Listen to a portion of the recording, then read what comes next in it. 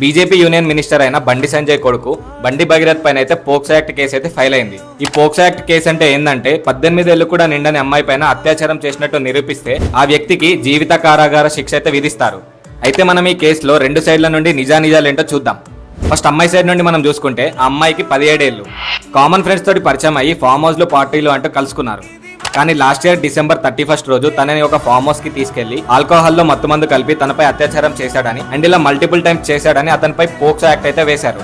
And ఇప్పుడు బండి Bhagirath side నుండి మనం చూసుకుంటే అతను కూడా ఇదే చెప్తున్నాడు, కామన్ ఫ్రెండ్స్ తోటి పరిచయం అయ్యి పాస్ట్ 7-8 మంత్స్ నుంచి క్లోజ్ గా మూవ్ అవుతున్నామని. అది చూసి అమ్మాయి వాళ్ళ పేరెంట్స్ తనని పెళ్లి చేసుకోమని ఫోర్స్ చేస్తున్నారని, ఒప్పుకోకపోయేసరికి అతన్ని బ్లాక్మెయిల్ చేయడంతో ఫస్ట్ 50,000 ఆ తర్వాత 50 లక్షలు కూడా ఇచ్చానని చెప్తున్నాడు. అండ్ రివర్స్ లో అమ్మాయి వాళ్ళ పైన కూడా మెంటల్ హరాస్మెంట్ కేసు అయితే ఫైల్ చేశాడు. ఇప్పుడు మనం రియాలిటీ మాట్లాడుకుంటే మన ఇండియాలో చట్టాలు కామన్ పీపుల్కి ఒకలాగా అండ్ వీఐపీలకు ఒకలాగా పనిచేస్తాయి. ఎందుకంటే ఈ పోక్సో కేసు ఫైల్ అయిన 24 గంటల్లోపు ఆ నిందితుని అదుపులోకి అయితే తీసుకోవాలి. కానీ ఇంకా భగీరథ్ అనే వ్యక్తిని అరెస్ట్ చేయలేదు. మైనర్ అమ్మాయి తరపు నుండి కేసు ఫైల్ చేద్దామని పిఎస్కి వెళ్తే 8 గంటల వరకు అతని పైన కేసు ఫైల్ అవ్వనివ్వలేదు. ఎప్పుడైతే అమ్మాయి వాళ్ళ తల్లి నేను కూడా సూసైడ్ చేసుకుంటానని చెప్పిందో అప్పుడు కేసు ఫైల్ చేసుకున్నారు. సో ఈ కేసు పైన ఇప్పుడైతే ఇన్వెస్టిగేషన్ జరుగుతుంది. ఒకవేళ అతను నిందితుడు అని తేలితే ఖచ్చితంగా శిక్ష పడాలని కోరుకుందాం.